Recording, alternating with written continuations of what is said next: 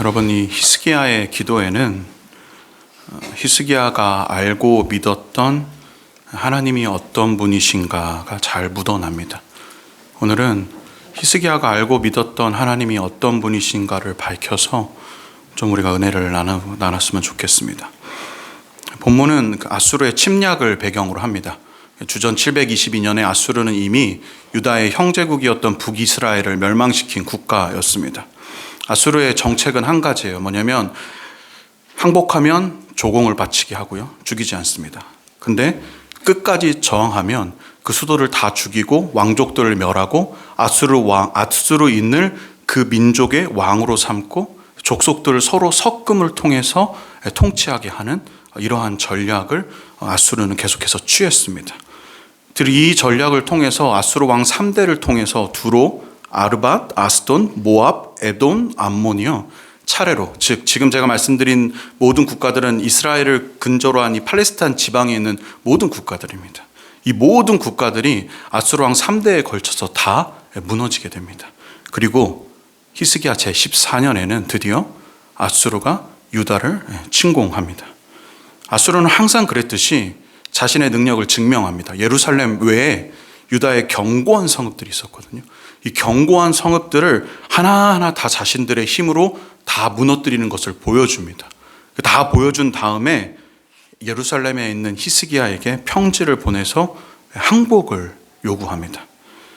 그런데 히스기야는 이 요구를 첫 번째는 거절합니다. 그리고 이렇게 이 요구를 거절하자 이번에는 이 아수르가 대군이죠, 18만 5천 명이라는 군대를 보내서 마지막 남아있는 이 예루살렘을 에워싸고 그 다음에 최후 통첩을 히스기야에게 보냅니다. 보내왔는데 그 최후 통첩이 방금 전에 우리가 읽은 내용의 본문입니다. 즉 지금 현재 예루살렘 성과 또 히스기야는 꽉 막혀 있는 상황입니다. 그들의 군사력으로는 18만 5천 명을 대해서 싸워낼 수 있는 능력이 예루살렘에는 없어요. 그리고 그들을 여태까지 유다의 여러 왕들이나 북이스라엘의 여러 왕들이 다른 왕들과 연합해서 저항해보고자 했는데 그 연합했던 모든 왕국들마저도, 동맹국들은 이제 다 항복해버렸습니다. 더 이상 이제 취할 수 있는 방법이 없는 상황입니다. 거기에다가 히스기야 본인은요, 굉장한 두려움에 휩싸일 수밖에 없었어요. 첫 번째 거절하고 이제 최후 통첩이 왔거든요. 여기서마저 거절하면 아수르가 그 거절했던 사람들을 어떻게 점령했는지를 히스기야는 이미 이웃 나라의 역사를 통해서 봐왔습니다. 그래서 내가 만약에 여기서 거절했는데 이 어떠한 하나님의 역사가 아니고서는 예루살렘에 있는 모든 사람들이 다 죽임을 당하게 될 것이며 특별히 자신의 왕족들은 여기서 끝이 난다는 사실을 히스기야는 알고 있었습니다. 그래서 이 히스기야가 처한 상황은요, 쉽게 말해서 앞뒤 전후가 꽉 막혀서 어디도 빠져나올 수 없을 만큼의 불안하고 두려운 상황에 처해 있었다는 겁니다. 이 상황에서 최후 통첩을 받은 히스기야는요, 우리가 방금 읽은 대로 그 사신의 편지를 들고 성전에 올라가서 하나님 앞에 펼쳐놓습니다. 그리고 그 하나님 앞에서 기도하기 시작합니다. 이 기도를 시작할 때 히스기야가 가장 먼저 주목했던 것은 바로 언약에 신실하게 지키시는 하나님입니다. 15절인데 제가 한번 읽어보겠습니다. 그 앞에서 히스기야가 기도하여 이르되 그룹들 위에 계신 이스라엘의 하나님 여호와여. 여러분, 여기서 그룹들 위에 계신 이란 말은요, 언약궤와 속죄소, 또 그리고 이 속죄소가 상징하는 하나님과 이스라엘의 언약을 염두에 두고 하는 말입니다. 하나님은 이스라엘과 시내산에서 언약을 맺으실 때 언약의 핵심 내용은 이거죠. 나는 너희의 하나님이 되고 너희는 내 백성이 되겠다라는 이 핵심을 가지고 하나님은 이스라엘 백성들과 언약을 맺으실 때 한 가지 특별한 명령을 하십니다. 뭐냐면 성소를 지을 때 그 지성소 안에 이 언약궤, 그리고 그 위에 속죄소, 이 속죄소가 지금 말하는 이 두 그룹들이 이렇게 이 언약궤 양쪽을 이렇게 감싸고 있거든요. 이 두 그룹들, 언약도 위에 있는 속죄소, 이 장소를 특정하시면서 출애굽기 25장에 뭐라고 말씀하시냐면 이 언약궤 위에 있는 두 그룹 사이에서 내가 이스라엘과 만나겠다라고 이렇게 말씀을 하십니다. 즉 이 지금 두 그룹이 언약궤에 있는 이 두 그룹, 지금 히스기야가 말하는 그룹들 위에 계신 하나님 여호와여 라는 이 말은 하나님과의 언약을 상기하면서 히스기야가 하고 있는 이 고백인 겁니다. 즉 지금 히스기야가 고백하고 있는 이 첫 마디는 하나님께서 우리에게 약속하시지 않으셨습니까? 하나님께서 우리를 자신의 백성으로, 하나님의 백성으로 삼으시고 우리와 이 성전 가운데 함께 하시겠다고, 또 이곳에서 우리와 만나 주시겠다고 하나님 약속하시지 않으셨습니까? 라는 심정을 가지고 있는 이 고백입니다. 즉 히스기야는 지금 하나님과의 언약에 그가 가장 두렵고 어찌할 바는 모르고 앞뒤 전후가 각 막혀있는 상황 가운데 사신의 편지를 들고서 하나님의 성전에 나아가서 첫 마디를 기도하면서 그가 상기한 것은 바로 이 하나님과의 언약입니다. 언약을 하나님 앞에서 호소하고 있습니다. 그리고 이 히스기야가 이렇게 언약에 호소하고 있는 이유는 히스기야는 알았기 때문입니다. 성경과 이스라엘 역사를 통해서 하나님은 언약을 신실하게 지키시는, 이 약속에 관해서는 절대적인 신실한 하나님이라는 사실을 히스기야가 확신했기 때문에 그는 지금 이렇게 하나님 앞에 구하고 있는 겁니다. 여러분, 지금 히스기야가 향하고 있죠. 그 하나님. 지금 히스기야가 향하고 있고 우리가 이 시간에 예배하고 있는 이 하나님은요, 성경은 말하고 있어요. 이 하나님은 언약을 신실하게 지키시는 언약의 하나님이다 라고 성경은 이야기를 하고 있습니다. 어떤 의미에서 성경의 모든 기록은 하나님께서 하신 약속과 그 약속을 하나님께서 역사 속에서 어떻게 성취해 가시는지에 대한 기록이라고 이야기할 수 있을 만큼 성경 전체는 하나님의 약속과 그것을 신실하게 성취하시고 이루시는 하나님의 기록들로 가득 차 있습니다. 아담에게 여자의 후손을 통해서 뱀의 머리를 분쇄하겠다 하신 약속, 그리스도를 통해서 이루시죠. 노아에게 내가 다시 너에게 물로 세상을 심판하지 않겠다 하신 약속, 자식이 없던 이 아브라함에게 내 자손이 많아지겠고 내 후손에게 가나안 땅을 주시겠다고 하신 이 약속, 이스라엘을 통해서 성취되죠. 그리고 다윗에게 내 집과 내 나라가 내 앞에서 영원히 보존되리라 하신 약속. 사실 히스기야가 이것을 마음에 품고 있거든요. 이 본문에는 나와 있지 않지만 20장에서 기도하는 내용을 보면 히스기야는 이것을 품고 있어요. 다윗에게 약속하신 약속. 물론 이 약속은 먼 나라에 또 먼 시간을 지나서 그리스도를 통해서 영원한 통치에 대한 약속이기도 하지만 히스기야 본인에게는 이 다윗 왕조를 하나님께서 끝까지 신실하게 지키겠다고 하신 그 약속을 히스기야는 마음에 품고 있는 겁니다. 이런 굵직한 약속에서부터 야곱에게 너를 지켜서 내가 너를 고향 땅에 다시 돌아오게 하시겠다, 모세에게 너를 통해서 이스라엘 자손을 애굽에서 인도해 내겠다, 여호수아에게 너의 평생에 너를 대적할 자가 없게 하겠다라는 각 모든 개인들에게 하던 이 모든 약속들이 있지 않습니까? 우리가 성경에서 읽어볼 수 있는 이 모든 약속은 하나님은 단 하나도 빠짐없이, 성경을 읽어보십시오. 단 하나도 빠짐없이 반드시 그리고 기필코 이 약속들을 하나님은 지키셨습니다. 그리고 특별히 하나님께서 이 약속을 지키실 때 하나님의 약속이 신실하다 하는 이유가 있습니다. 그 이유는 뭐냐면 하나님께서 약속을 지킨 이 대상들, 하나님께서 서로 이 언약하신 이 대상들이 하나님과의 언약을 항상 깼거든요. 이 깨는 것과 상관없이 하나님은 이 언약을요, 홀로 신실하게 지키셨기 때문에 그렇습니다. 그래서 하나님의 이 약속이 지키심이 신실하다라고 우리가 고백을 할 수가 있는 겁니다. 한 가지만 보면 여러분, 큰 권능을 통해서 출애굽한 이스라엘 백성들 있지 않습니까? 이 이스라엘 백성들이 출애굽해서 이 가나안 땅에 가는 이 모든 과정 가운데 자신들과 언약한 하나님에 대해서 여러분 어떻게 대했습니까? 물이 없으면 물이 없다고 불평하고, 먹을 게 없으면 먹을 게 없다고 불평하고, 고기가 없으면 고기가 없다고 불평하고, 심지어 가나안 땅 앞에서는요, 자신들의 약속대로 자신들의 기대대로 쉽게 이 가나안 땅을 정복할 수 없을 것 같자 그들이 무슨 말을 하냐면, 야, 우리가 다 죽게 되었으니 다시 한 지도자를 세워서 애굽으로 돌아가 버리자라고 그렇게 얘기합니다. 여러분, 이 애굽으로 돌아가자라는 말은 다른 말도 하나님 앞에서 하지 말아야 될 말이지만 이 말은 이스라엘 백성들이 진짜 하지 말아야 될 말이에요. 하나님께서 여태까지 하셨던 그들을 향한 그 놀라운 사랑과 그 엄청난 역사와 이 모든 것들을 다 부정해버리는 말이거든요. 애굽으로 돌아가자, 하나님 없는 그 시절로 가버리자라는 말이에요. 그런 말을 하는 이스라엘 백성들이었음에도 불구하고 하나님은 자신이 한 약속이 있지 않습니까? 언약. 이 언약을요, 어기지 않고 끝까지 신실하게 지키십니다. 언약 백성의 그런 어김에도 불구하고요. 여러분, 역사상 모든 왕조의 왕들이 그러했듯이 히스기야 왕도 어렸을 때부터 역사를 배워왔을 겁니다. 이스라엘 역사를. 거기에 히스기야 왕은 더해서 성경을 배웠습니다. 그 모든 과정을 읽어오면서 히스기야가 발견한 것이 한 가지, 바로 이거예요. 하나님은 진짜 약속에 관해서는 철저하신 분이구나. 이 약속을 지키는 것과 관련해서는 하나님은 분명한 분이시고 확실하시고 신실하게 약속을 지키시는 분이구나 라고 히스기야는 깨달은 겁니다. 그래서 이것을 지금 상기하고 있는 거예요.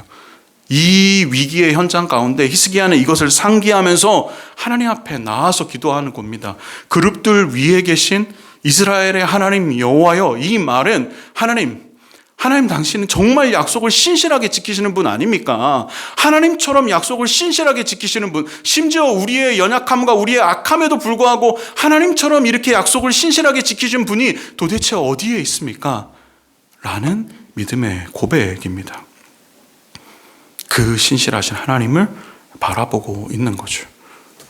여러분들은 하나님을 어떻게 알고 계십니까? 지금 우리가 예배하고 있는 하나님, 지금 우리 하나님 예배하고 있는데 이 하나님을 여러분들은 어떻게 알고 계십니까? 여러분은 하나님께서 정말 자신이 하신 작은 약속에서부터 큰 약속에 이르기까지 이 모든 것을 완벽하고도 철저하게 지키시는 분임을, 그런 하나님임을 여러분 알고 계십니까? 만약에 우리가 이 사실을 안다면 성경 한 구절을 읽을 때마다 그분이 우리에게 약속하신 이 모든 구절들이 얼마나 큰 무게감으로 다가오는지 모릅니다. 하나님 이렇게 얘기하셨죠. 한 구절만 보면 여호와께서 너를 지켜 모든 환난을 면하게 하시며 또 내 영혼을 지키시리로다. 시편 121편 5절 말씀이거든요. 우리가 하나님께서 신실하게 약속을 지키시는 분이다라는 사실에 대해서 무지하고 무감각한다면 이 한 구절의 말씀은 우리에게 아무런 영향력을 끼치지 못할 겁니다. 그런데 만약에 우리가 지금 예배하고 있고 이 말씀과 이 성경을 주신 하나님이 정말 철저하게 언약을 신실하게 약속을 지키시는 분이라는 사실을 우리가 믿고 하나님의 존재대로 그렇게 알게 된다면 지금 제가 방금 읽어드린 한 구절은요, 우리에게 엄청난 소망과 용기가 됩니다. 그분이 우리를 지키겠다고 하셨잖아요. 지키겠다고 하신 분이 언약을 단 한 번도 어기지 않고 신실하게 약속을 지키시는 분이기 때문에 우리에게 소망이 되는 거예요. 그분이 우리의 영혼을 지키겠다고 지금 약속하시지 않습니까? 여러분, 우리가 하나님을 이 언약을 지키시는 신실한 분으로 안다면 성경 한 구절을 읽어가면서 그냥 넘어갈 수가 없어요. 이 구절들이. 하나님은 자신이 하신 약속을 반드시 성취하고 이루시는 하나님입니다. 히스기야가 앞뒤 전후가 꽉 막혀 있고 정말 두려움에 휩싸일 수밖에 없는 상황이잖아요. 자기에게 예루살렘 전체, 자신의 결정에 예루살렘 전체 백성들의 모든 목숨이 거기 달려 있는데 어찌 두렵지 않겠습니까? 근데 그렇게 두려운 상황 가운데서도 절망하지 않고 최후 통첩의 편지를 가지고 하나님 앞에 설 수 있었던 그 이유는 히스기야는 이 사실을 확신했어요. 하나님은 분명히 언약에 신실하게 응답하시는 분이구나 라는 이 사실을 확신했습니다. 그러기에 지금 하나님 앞에서 기도할 수가 있는 겁니다. 또한 이 사실은 히스기야를 담대하게 했을 뿐만이 아니라 히스기야의 부끄러움을 감추게도, 그리고 부끄럼에도 불구하고 하나님 앞에 나아갈 수 있는 힘이 되게 했습니다. 왜 이렇게 말씀드리냐면, 사실 지금 히스기야가 지금 기도하고 있는 이 성전은 히스기야의 부끄러운 이 흔적들로 가득하기 때문에 그렇습니다. 여러분, 아수르가, 제가 긴 내용이라 다 설명을 드리지 못했지만, 아수르가 처음 이 히스기야를 유다를 침공했을 때 히스기야가 처음부터 우리가 하나님을 의지하자, 하나님 외에는 다른 방법이 없다라고 이렇게 했던 것이 아닙니다. 열왕기하 18장을 보면 처음 이 유다의 견고한 상업들이 막 속수무책으로 막 무너졌을 때 히스기야는요, 돈으로 이 문제를 해결해 보고자 했습니다. 내가 조공을 바칠게요. 아수르 왕이요, 내가 조공을 바칠게요 라고 얘기해서 돈으로 해결해 보자고 했습니다. 그래서 아수르 왕이 은 300달란트, 금 50달란트를 바쳐라 라고 이렇게 이야기를 하자 히스기야가 왕궁과 그리고 성전에 있는 창고에 있는 모든 금들을 다, 금과 은을 다 모읍니다. 그런데 이 아수르 왕이 요구하는 것보다 부족하자 히스기야가 어떻게 하냐면 성전 문과 성전 기둥에 있는 금을 다 떼어내게 명령합니다. 그래서 그걸 다 박박 긁어 모아요. 그래서 아수르 왕이 갖다 바칩니다. 물론 아수르 왕은요, 이것을 받아놓고도 그의 악함으로 다시 한번 예루살렘을 진격합니다. 물론 그 진격을 보면서 히스기야가 정신을 차려요. 정신을 차리고 내가 하나님을 의지해야겠다라고 이야기를 하지만, 여러분 지금 이 히스기야가 편지를 들고서 이 성전으로 들어가는데 그에게 보이는 광경이 무슨 광경이 보이겠습니까, 여러분? 그가 열고 들어가는 성전 문이 원래 금문이었거든요, 항상. 6월절 이 히스기야가 성전을 회복한 이후에는 금으로 칠해져 있던 금문이어서 항상 그 문을 들어다니며 하나님을 예배했습니다. 그런데 그 문에 금이 다 벗겨져 있어요. 지금 하나님 앞에서 펼쳐놓는 성전의 금기둥이었거든요. 그 금이 다 벗겨져 있습니다. 부끄럽죠, 여러분. 자신의 부끄러운 그 기록의 한 가운데서 지금 하나님 앞에 나아가고 있는 거예요. 그럼 히스기야가 그것을 보면서 무슨 염치가 있었겠습니까? 그럼 뒤에서 목소리가 들리는 듯 했을 거예요, 아마. 야, 돈으로 해결해 보겠다고 성전과 모든 금 박박 긁어가지고 다 그거 아수르한테 바쳐놓고서 이제 그게 안 되니까 하나님 앞에 와가지고 나 도와주세요. 너 뭐 그렇게 말하는 게 맞냐? 라는 조롱의 소리가 히스기야에게 왜 안 들렸겠습니까? 그 성전을 들어가는데요. 자기가 다 명령해서 금을 바뀐 성전을 들어가는데요. 그래서 여러분, 이 들어가는 성전 앞에서 기도하는 히스기야의 이 양심, 그리고 그를 정죄하는 이 사단의 이 속삭임은요, 히스기야 전체 영혼을 흔들 수밖에 없는 상황 가운데 지금 히스기야가 하나님 앞에 나아가고 있는 겁니다. 그래서 히스기야는 둘 중에 하나를 결정해야 됐어요. 성전을 나아가면서. 양심과 조롱의 소리, 합당한 소리죠. 합당한 소리입니다.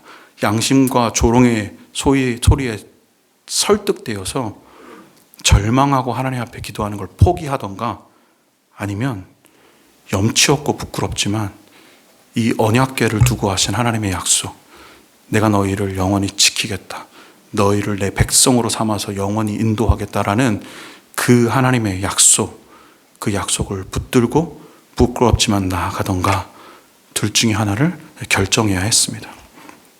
그리고 그 두 가지의 씨름 가운데 히스기야가 기도하면서 내뱉었던 첫 마디가 방금 이거예요.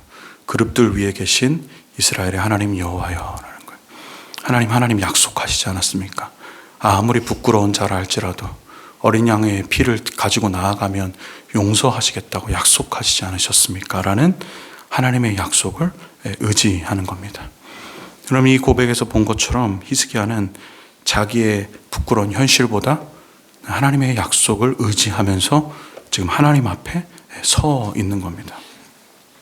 그럼 우리가 우리를 속이지 않는다면, 그리고 우리를 위선하지 않는다면, 우리가 하나님 앞에 나아갈 때 우리는 항상 히스기야와 같은 상태 가운데 나아갑니다. 우리가 하나님 앞에 나아가는 성전은 다 벗겨져 있는 거죠. 기록들이 남아져 있습니다. 어떤 기록들? 하나님께 순종하기보다는 불순종한 기록들?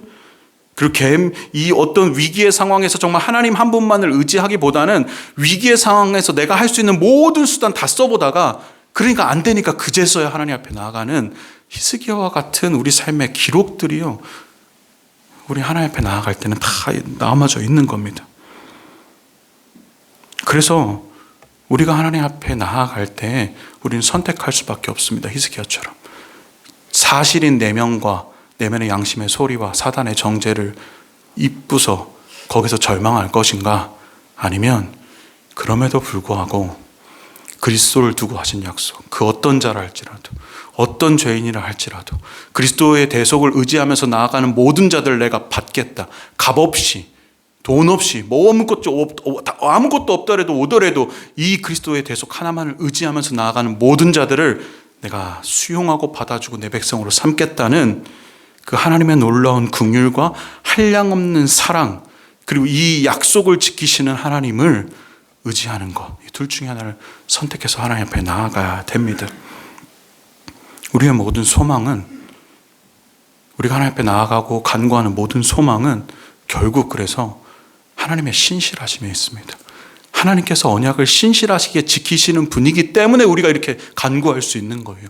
하나님의 언약의 신실함을 기대서 우리가 하나님 앞에 나아갈 수가 있는 것이 우리의 현실이라는 겁니다. 그러하기에 여러분, 하나님의 이 신실하심을 보시고 그분의 약속을 의지함으로 하나님 앞에 나아가기 바랍니다. 그것 외에는 우리에게 어떤 소망이 있겠습니까? 이 하나님의 약속을 붙든 히스기야는요, 다음으로 하나님의 전능하심에 대해서 생각합니다. 15절 제가 다시 읽어보겠습니다. 그룹들 위에 계신 이스라엘의 하나님 여호와여, 주는 천하만국의 홀로 하나님이시라. 주께서 천지를 만드셨나이다. 히스기야가 이스라엘에게 아수르는요, 진짜 실제하는 위협이었습니다. 왜냐하면 아수르는 설명드린 대로 그 어떤 나라도 대항할 수 없는 군사력을 가지고 있었거든요. 저항을 아무도 못했습니다. 저항했던 모든 왕들은 다 무너졌어요. 심지어 자기의 가장 가까운 형제 북이스라엘을 멸망시킨 것도 아수르였거든요. 그리고 현재 시점에서 성경은 말해요. 유다의 모든 견고한 성읍들이 아수르의 공격에 다 무너졌다고요. 그런 상황 가운데 지금 히스기야와 예루살렘은 처해 있는 겁니다. 그런데 히스기야는 그 위협에 삼켜질 수 있을 만한 상황이었음에도 불구하고 그 위협에 삼켜지지 않고 그 현장에서 한 가지 사실을 더 기억하며 하나님 앞에 나아갑니다. 주는 홀로 하나님이시라. 주께서 천지를 만드셨나이다 라는 사실입니다. 여러분, 아수르의 군대는 분명히 엄청난 힘입니다. 그런데 히스기야는 상기했어요. 현대 과학으로도 다 셀 수 없을 만큼의 수많은 행성들을 한순간에 우주에 띄우시는 그 하나님의 힘을, 그분의 힘은 어떠한가 라는 걸 상기한 겁니다. 아수르의 군대는요, 분명히 이스라엘이 어떻게 할 수 없는 큰 산과 같은 존재였거든요. 그런데 히스기야는 생각했습니다. 그 공허하고 혼돈하던 지구에 단 한 번의 말씀으로 가장 높은 산과 가장 높은 산보다 더 깊은 바다 밑에 협곡을 만드실 수 있는 그 하나님의 능력이 어떠한가라는 걸 상기했습니다. 그뿐일까요? 여러분, 단 한 번의 말씀으로요, 하나님은 지구 전체에 있는 수많은 종의 동물과 식물과 곤충과 바다에 사는 모든 것들을요, 단 한 번의 말씀으로 내셨어요. 우리가 이걸 너무 가볍게 생각해서 그렇지, 한번 좀만 상상해 보십시오. 그들이 각기 살아가는 영역을 하나님이 정하셨거든요. 어떤 건 딱 산에서, 어떤 건 바다에서, 어떤 것은 민물에서, 어떤 것은 들에서 살도록 정하셨고, 그리고 그들의 삶의 패턴과 방식들을 다 정하셨습니다. 어떤 것은 민물에 살다가 바다를 갔다 다시 민물로 돌아오기도 하고요. 이 복잡하고 다양한 경계를 다 정하시고, 심지어 그들의 먹이사슬까지도 하나님께서 정하셨거든요. 이 먹이사슬을 정하시면서도 어느 한 종이 멸하지 않도록 하나님 보호하시는 어떤 체계를 하나님께서 만드신 겁니다. 그것뿐만 아니라 자연과 대기의 순환이 있지 않습니까? 이 자연과 대기의 이 모든 순환과 생태계의 균형이 무너지지 않게 하는 이 모든 시스템을 하나님은 단 한순간에 계획하시고, 엄청난 지혜예요. 여러분, 엄청난 지혜입니다. 이 모든 것들을 한순간에 내실 수 있을 정도의 지혜예요. 그 지혜와 그 지혜뿐만이 아니라 그분이 가지고 있는 이 지혜를 단 한마디의 말씀으로 구현시켜 버릴 수 있는 그 놀라운 능력을 하나님은 가지고 계신 겁니다. 지금 히스기야는 그걸 바라고 있어요. 그 전지를 만드신 전능하신 하나님의 능력을 히스기야는 보고 향하고 있는 겁니다. 얼마 전에 우리 교회 어떤 한 지체가 어떤 한 지역을, 이 구역을 디자인하는 졸업 작품을 했습니다. 제가 옆에서 지켜보니까 한 1년 내내 그것에 대해서 구상하고 생각하고 고민하고 하죠. 또 그걸 구현해 내려니까 막 10명이 넘는 사람들이 달려들어서 밤새 내내 이걸 만들어내더라고요. 여러분, 하나의 인간이 하나의 요만큼의 구역을 만들어내는데 1년 내내 고민하고 이걸 구현해내는데 몇 명이 달려들어서 밤새도록 해야지 요만큼의 그 실제도 아니고 모형을 만들어내는데, 여러분, 하나님의 천지를 창조하신 그 능력의 힘은 여러분 어떠하겠습니까? 심사위원들이 보더라고. 이걸 보고서 찬사를 하더라고요. 여러분, 이 조그만 인간이 만든 그 노력을 보면서 찬사한다면 우리가 지경을 넓혀서 하나님께서 이 만드신 온 자연과 온 우주를 바라보면서 우리는 하나님 앞에 어떤 찬송과 찬사를 돌리는 것이 여러분 합당하겠냐, 이 말씀입니다. 히스기야가 지금 두렵죠. 18만 5천이 다 감싸고 있습니다. 그런 상황 가운데에서도 포기하지 않고 항복하지 않고 그럼에도 불구하고 성전에 나가서 하나님 나를 도우소서 할 수 있었던 이유는 18만 5천 명을 눈을 감아버린 게 아니라 그것이 여전히 보임에도 불구하고 그것보다 더 전능하신, 천지를 만드신 하나님의 능력을 그의 마음에 품었기 때문입니다. 그가 생각했어요. 하나님이 이런 분이라는 사실을 기억했기 때문에 그 두려운 현장 가운데서도 하나님 앞에 도움을 구할 수가 있었던 겁니다.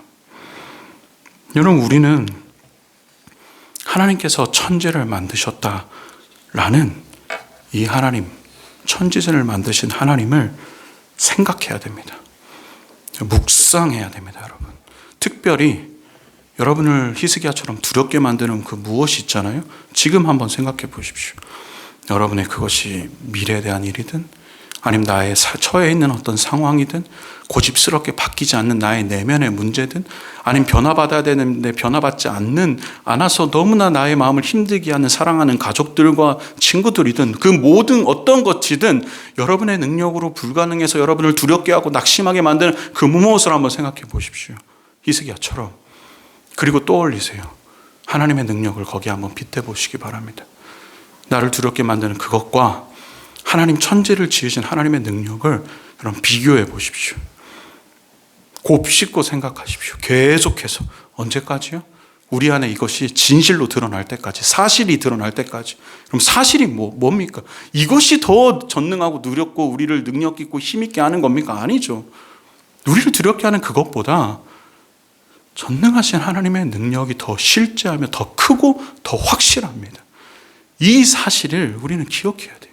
이 천지를 만드신 하나님의 능력을 우리는 상기해야 됩니다. 사실 어떤 의미에서 우리는 많은 경우에 하나님께서 천지를 만드셨다라는 이 구절이 말하고 이 구절이 담고 있는 그 의미를 사실 거의 잘 모른다고 생각할 수가 있습니다. 만약에 이 의미를 안다면 우리의 모든 기도는 달라질 거예요. 여러분, 시편의 저자들이 이 의미를 알았을 때 여러분 어떻게 기도했는지 아십니까? 하나님, 내가 절망스럽소, 이렇게 기도하지 않고서요, 오히려 하나님 앞에 따져들었어요. 하나님, 왜 우리를 구원하지 않습니까? 하나님, 왜 나에게 능력을 베푸시지 않습니까? 이게 따져 물은 이유가 뭐냐면 하나님께는 그 능력이 있다는 확신이 있었던 겁니다. 시편의 저자들은. 심지어 이사야는 기도할 때 뭐라고 기도하는지 아십니까? 하나님이 우리에게 능력을 베푸지 않아서 우리 가운데 하나님, 우리가 이러한 상태에 있는 거 아닙니까? 라고 이렇게 기도했어요. 이것은 하나님을 향한 비난이 아니라 하나님께 모든 것이 있다는 주권과 더불어 하나님께 그 능력이 있는데 그걸 내가 아는데 왜 하나님 베풀어 주시지 않습니까? 라는 한탄이거든요. 이거는 하나님의 능력에 대한 확신 안에서 나오는 기도입니다. 여러분, 우리가 천지를 창조하신 하나님의 능력을 진짜 믿는다면 우리를 가로막고 있는 그 모든 일들 앞에서 절망하거나 낙담할 게 아니라 때로는 오히려 하나님 앞에 화를 내는 기도를 해야 되는 것이 우리의 현실입니다. 하나님, 왜 이 상황 바꿔주시지 않습니까? 천지 만물을 전능하게 창조하시는 그 하나님이신데 하나님께서 나를 도우시겠다고 약속하셨는데 하나님, 왜 이거 그대로 내버려 두십니까? 하나님, 능력을 베풀어 주소서 라고 기도해야 되는 것이 천지를 창조하신 하나님의 능력을 가슴에 품고 있는 사람들의 기도입니다. 히스기야가 그 천지를 창조하신 하나님의 전능하심을 내면에 담았을 때 그는 두려워할 상황에서 두려워하지 않고 하나님 앞에 나아가서 담대히 아뢰일 수 있는 힘을 얻었습니다. 히스기야가 기도한 구절은 단 한 구절이죠. 하나님, 주께서 천지를 창조하셨나이다. 그런데 그 한 구절의 한마디에 담겨있는 그 힘과 하나님의 역사와 능력은 절대로 작거나 작지 않습니다. 히스기야는 그것을 믿었기에 하나님 앞에 섰던 겁니다. 성령께서 정말 바라는 것은 저와 여러분들의 마음 가운데 이 사실을 좀 각인시켜 주셨으면 좋겠습니다. 이건 철저히 성령의 역사입니다. 더 선명하게 천지를 만드신 하나님의 능력이요, 우리 안에 더 확실하게요, 그분의 능력을 확신해서 우리 안에 두려움이 사라질 만큼 확신시켜 주셨으면 좋겠습니다. 그리고 여러분도 힘써야 됩니다. 여러분의 아까 말씀드린 이런 두려운 상황마다 비교하셔야 돼요. 생각해야 됩니다. 사단은 생각하지 않게 만들어요. 생각하지 않고 현실을 보고 낭망하고 절망하게 만들고 이것만 보게 만듭니다. 아니에요, 여러분. 사단이 보게 하는 거기에만 머물러 있는 게 아니라 성경이 말하는 하나님이 누구신가 우리는 생각해야 됩니다. 그리고 그 천지를 창조하신 하나님 앞에 구하고 갈망하는 것이 우리의 합당한 태도입니다. 히스기야는 이 두 가지 사실을 기억한 이후에야 이제야 진짜로 자기가 하나님 앞에 아뢰 것을 아뢰기 시작합니다. 16절에서 19절까지인데 쉽게 말하면 하나님, 아수르가 분명 모든 민족들과 신들을 멸한 것은 사실이지만 그들은 나무와 돌뿐이고 하나님만이 참 신이지 않습니까? 하나님, 우리를 구원하여 주시옵소서라는 그런 고백입니다. 그런데 이 구절에서 우리가 좀 주목하고자 하는 바는요, 바로 19절입니다. 19절 제가 한번 읽어보겠습니다. 우리 하나님 여호와여, 원하건대 이제 우리를 그의 손에서 구원하시옵소서. 그리하면 천하 만국이 주 여호와가 홀로 하나님이신 줄을 알리이다 하니라. 여러분, 이 히스기야의 이 기도의 고백에서 우리는 두 가지 사실을 발견할 수가 있습니다. 첫 번째는 히스기야는 먼저 지금 아수르의 위협이 단순히 예루살렘의 위기를 넘어서 하나님의 영광과 관련이 되어 있다는 사실을 지금 알고 인지하고 있고, 또한 한 가지 더는 하나님은 하나님의 영광을 위해서 일하시는 분이라는 사실을 히스기야가 마음에 품고 있습니다. 즉 히스기야가 알고 있는 하나님이 그런 분이라는 거죠. 하나님은 하나님의 영광을 위해서 자신의 능력을 베푸시는 분이라는 사실을 히스기야가 전제하고 지금 이렇게 기도를 하고 있는 겁니다. 왜냐하면 19절의 기도를 쉽게 말하면 하나님만이 진짜 신임이 드러날 수 있도록 우리를 아수르의 손에서 구원해 주시옵소서라는 기도이기 때문에 그렇습니다. 목적지가 하나님, 우리의 생명이 위협하니 우리의 생명을 구하기 위해서 우리를 구원하소서라는 목적지가 예루살렘의 구원에 있지 않고, 히스기야의 기도의 목적지가 어디 있냐면 하나님, 이 일을 통해 하나님만이 참 신임을, 즉 하나님의 영광이 우리 가운데 나타내 보여 주시옵소서라고 히스기야가 기도하고 있다는 사실입니다. 여러분, 먼저 첫 번째 사실이죠. 여러분은 혹시 이 신자의 크고 작은 삶의 어떤 결정들, 그리고 벌어지는 이 모든 일, 나타나는 모든 일들이 하나님의 영광과 관련되어 있다라는 사실에 대해서 여러분 아십니까? 히스기야는 지금 이스라엘의 위협과 생명의 위기였거든요. 예루살렘 전체. 근데 이것을 예루살렘의 삶과 죽음이 걸려있는 문제로 본질을 바라보지 않고 이것을 한꺼풀 더 넘어서 진짜 있는 본질, 이것이 하나님의 영광과 연관이 되어 있다라는 사실에 대해서 인지함이 있었습니다. 여러분, 우리 삶에 벌어지는 모든 일들 있지 않습니까? 미래를 위해서 직장을, 너무나 이게 나의 삶의 영역인 것처럼 보이는 것들, 이거는 나와만 관련이 있어 보이는 것들, 미래를 위해서 직장을 선택하는 것, 자녀를 양육하는 방식, 부모님을 섬기는 태도, 누구와 결혼하고 어디에서 살며, 그리고 직장 상사와 어떤 관계를 맺어야 되는 이 우리 삶에서 드러나는 이 환경에서 있는 모든 일들이 있지 않습니까? 여러분, 이 모든 일들이 사실은 하나님의 영광과 연관되어 있다라는 것에서 여러분 알고 계십니까? 표면은 분명히 우리와 관련된 일들이에요. 표면은 겉에 드러나는 것들은. 그런데 이 표면을 한꺼풀 벗기고 들어가잖아요. 그럼 거기에는, 신자들의 삶에는 하나님의 영광이 드러나는가, 그렇지 않은가에 대한 이 본질적인 이 주제가 항상 그 안을 흘러가고 있습니다. 왜냐하면 우리는 아수르처럼 하나님을 인정하지 않는 세상 속에서 살아가고 있기 때문에 그렇습니다. 하나님을 인정하고 있지 않은 이 세상, 하나님을 인정하고 있지 않은 이 세상 가운데에서 살아가고 있기 때문에 그렇습니다. 여러분, 이 세상의 모든 방향과 가치관은 하나님 인정하지 않습니다. 그래서 이 세상의 모든 방향과 가치관은 아수르의 사네립 왕처럼 얘기합니다. 야, 하나님을 경외하는 것이 너한테 어떤 이득이 있느냐? 너 이미 결과물로 보고 있지 않느냐? 앞에 모든 존재들이 하나님의 이름, 자신의 신들의 이름을 위한다고 했지만 다 실패했다. 너 그 하나님을 경외하는 결정을 하는 것이 너에게 진짜 이득이 된다고 생각하느냐? 이게 아수르가 히스기야에게 던졌던 질문이거든요. 항복하는 게 더 낫지 않느냐? 이 세상의 흐름, 지금 아수르라는 큰 흐름이 있는데 이 흐름을 따라 사는 것이 너에게 합당하지 않겠느냐? 라는 질문이고, 이 질문은 신자가 이 땅을 살아가면서 이 세상도 우리에게 계속해서 던지는 질문이에요. 이는 교회를 중심으로 살기 위해 좋은 직장과 넓은 집을 포기하는 것, 상사의 불합리한 요청임에도 불구하고 하나님의 권위를 인정하기 위해 하나님께 순종하기 위한 어떤 결단과 어떤 선택을 하는 것들, 성경을 말하는 결혼을 위해서 기다리는 것들, 미래의 두려움과 여러 가지 어려움이 있음에도 불구하고 그 앞에서 여전히 하나님을 향한 태도를 견지하는 것들, 내 힘과 방법으로 어떻게 해보려고 하는 것보다, 두려워서 어떻게 막 안절부절하는 것보다 하나님 앞에 맡기려고 하는 이 모든 영역들, 나타나는 형태는 굉장히 다양합니다. 그런데 그 본질을 다 걷어내고 나면 결국 남는 거는요, 하나님입니다. 그 선택과 결정을 통해 하나님께서 이 온 우주 가운데 하나님으로 인정되어지느냐, 즉 하나님께 영광이 돌려지느냐, 아니면 반대로 하나님이 아수르가 말하는 헛된 신들처럼 여겨지느냐, 그 선택의 기로에 모든 신자들은 지금도 현재에 서 있습니다. 우리 삶에서 매일 드러나는 싸움이에요. 단 한 명도 이 싸움에서 벗어날 수 없는 싸움을 항상 우리는 하고 있습니다. 그리고 히스기야는 이 싸움의 본질을 정확하게 인지했습니다. 그래서 하나님께 그는 구한 거예요. 하나님, 하나님의 영광, 이 예루살렘의 구원이 단순히 우리의 목숨에 달려있는 것이 아니지 않습니까?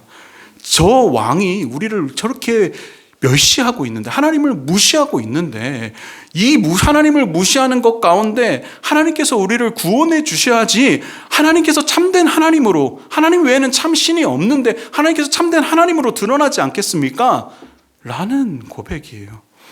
여러분 삶의 영역들 가운데서 한번 생각해 보십시오. 이 삶의 어떤 선택과 결정을 통해 하나님의 영광이 드러나고 있는지, 아니면 그것이 땅에 떨어져서 돌과 나무로, 사람의 손으로 만든 돌과 나무로 취해지는 것처럼 하나님이 되어 있는지 여러분 한번 생각해 보시기 바랍니다. 그리고 이렇게 구하는 히스기야는 이것이 하나님과 영광과 관련되어 있다는 사실뿐만이 아니라 한 가지 사실을 더 알고 있었습니다. 하나님에 대해서. 뭐냐? 하나님은 하나님의 영광을 위해서 적극적으로 일하시고 행하시는 하나님이라는 사실을 히스기야는 잘 알고 있었습니다. 그래서 요청한 거예요. 괜히 하나님의 영광을 이야기하는 것이 아니라 히스기야는 알고 있었어요. 하나님은 하나님의 영광을 사수하기 위해 어떤 일들을 행하시는 분이라는 사실을 히스기야는 알고 있었습니다. 그래서 말하는 거예요. 하나님, 하나님의 영광을 위해서 이 일을 행하여 주시옵소서라는 간구가 히스기야에게 있었던 겁니다.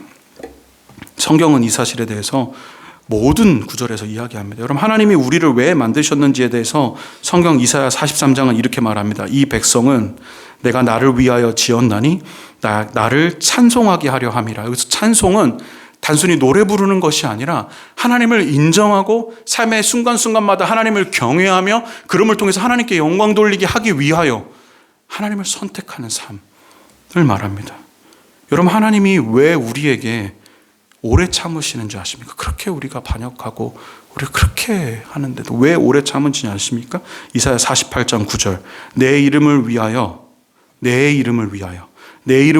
내가 노하기를 더디할 것이며 내 영광을 위하여 내가 참고 너를 멸절하지 아니하리라. 하나님께서 우리에게 오래 참으시는 이유는 하나님이 얼마나 선한 분이신지를 드러내기 위해서예요. 그래서 하나님의 영광이 찬란하게 비춰지는 것을 하나님 바라시는 거죠. 여러분, 하나님이 왜 우리를 선한 길로 인도하시는지 아십니까? 시편 23편 3절. 자기 이름을 위하여 의의 길로 인도하시는도다. 이외에도 예스겔 36장 23절. 여러 나라 가운데 더럽혀진 이름. 예루살렘에 이스라엘 백성들이 다 이 이름을 더럽혔거든요. 여러 나라 가운데 더럽혀진 이름 곧 너희가 그들 가운데 더럽힌 나의 큰 이름을 내가 거룩하게 하리라. 하나님의 의지의 선언입니다. 하나님은, 여러분, 우리가 지금 예배하는 하나님은 하나님의 영광을 사수하시는 하나님이에요. 하나님의 영광을 위해서 어떤 일을 행하시는 분입니다. 하나님은 하나님의 영광을 가장 소중히 여기시며 그것을 더 밝히 드러내기 위한 어떠한 그 목적을 가지고 하나님 일하시는 분이 우리 삶 가운데도 그 목적을 가지고 일하시는 분이 바로 하나님이십니다. 히스기야는 이 사실을 알았어요. 그래서 담대히 하나님 앞에 구한 겁니다. 주의 영광을 위해 행하여 주시옵소서라고요. 여러분, 우리는 이 사실을 안다면 우리도 우리 삶의 여러 영역들 가운데 히스기야처럼 구할 수가 있습니다. 하나님, 주의 이름의 영광을 위하여 나를 이 상황에서 건져 주시옵소서. 하나님, 주의 영광의 이름을 위하여 나를 죄에서 내가 죄를 좀 미워하고 죄를 좀 짓지 않도록 하나님 나를 좀 도와주시면 안 되겠습니까? 라고 구할 수 있어요. 왜요?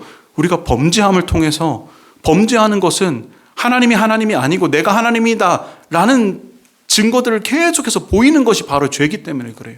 이것이 합당하지 않게 하나님, 내가 하나님의 영광을 드러낼 수 있도록, 하나님의 영광을 나타낼 수 있도록 죄를 선택하는 것이 아니라 하나님을 선택할 수 있도록 주님 나에게 힘을 허락하여 주시옵소서라고 구할 수 있다는 겁니다. 주의 영광을 위해서 이 영혼을 회심시켜 주시고 그 영혼이 하나님을 영화롭게 하도록, 주의 영광을 위해서 주의 교회의 피로를 채워주시고 주의 영광을 위해서 충성할 힘을 허락하여 주시고 주의 영광을 위해서 겸손할 수 있도록 하나님 나에게 힘을 허락하여 주시옵소서라고 우리는 구할 수 있습니다. 이것이 히스기야가 지금 인지하고 있고 하나님 앞에 간구했던 바입니다. 그리고 또한 우리의 이런 인식이 있지 않습니까? 이게 하나님과 영광과 관련되어 있다. 또한 하나님은 하나님의 영광을 위해서 일하신다라는 이러한 인식은 우리에게 시금석이 됩니다. 내가 지금 하나님의 영광을 위해서 살아가고 있는가, 지음받은 목적에 따라서 살아가고 있는가를 판가름할 수 있는 시금석이 되고요. 또한 그렇게 하나님 앞에 기도할 때 우리는 점검할 수 있습니다. 무엇이냐? 내가 구하고 있는 이 기도 제목이 나의 욕심을 가지고 지금 하나님 앞에 나의 욕망을 이루고자 하나님 앞에 구하고 있는 것인가? 아니면 하나님의 영광을 위해서 너희는 먼저 그의 나라와 그의 일을 구하라 라고 하는 그 목적에 합당하게 내가 지금 간구하고 있는가를 점검할 수 있습니다. 주의 영광의 이름을 위해서 하나님 행하여 주시옵소서라는 기도 제목을 가지고 기도할 때 우리는 그렇게 할 수 있는 겁니다. 히스기야의 기도를 들은 하나님은 그분이 약속하신 대로 천지를 창조하신 그분의 능력을 베풀어서 하룻밤에 18만 5천이라는 군대를 주의 여호와의 사자를 보내서 다 몰살시켜 버립니다. 그리고 그 몰살시켜 버림을 통해서 천하 만국에 하나님 외에는 신이 없다는 사실을, 하나님의 영광이 찬란하게 드러날 수 있도록 예루살렘과 히스기야에 뿐만 아니라 당시 팔레스타인 지방 전체에서 아수르에게 굴복했던 그 수많은 나라들에게 하나님은 이 일을 통해서 자신의 영광을 나타내 보이셨어요. 여러분, 우리의 신앙과 삶, 또 신자로서 살아가게 하는 모든 힘은 우리가 하나님을 어떻게 알고 있는가에 달려 있습니다. 어떻게 할 수 없는 상황에서도 히스기야가 절망하지 않고 소망을 품었던 이유는 하나님께서 언약에 신실하신 분이고 약속을 절대적으로 지키시는 분이며 천지를 창조하신 능력의 하나님이시며 자기의 영광을 위해서 능력을 베푸시는 하나님이심을 알았기 때문입니다. 간절히 바라기는 성령의 도우심으로 성경이 말하는 하나님을 아는 우리가 됐으면 좋겠습니다. 또한 이 하나님을 아는 지식이 더 깊어지길, 하나님 진짜 신실하시고 진짜 하나님 천지를 창조하신 능력이 그분의 손 안에 있구나, 하나님 정말로 하나님의 영광을 위해서 어떤 일이든 행하시는 분이라는 사실이 우리의 삶 가운데 더 증진되고 더 확신케 되는 은혜가 우리 가운데 있기를 소원합니다. 기도하겠습니다.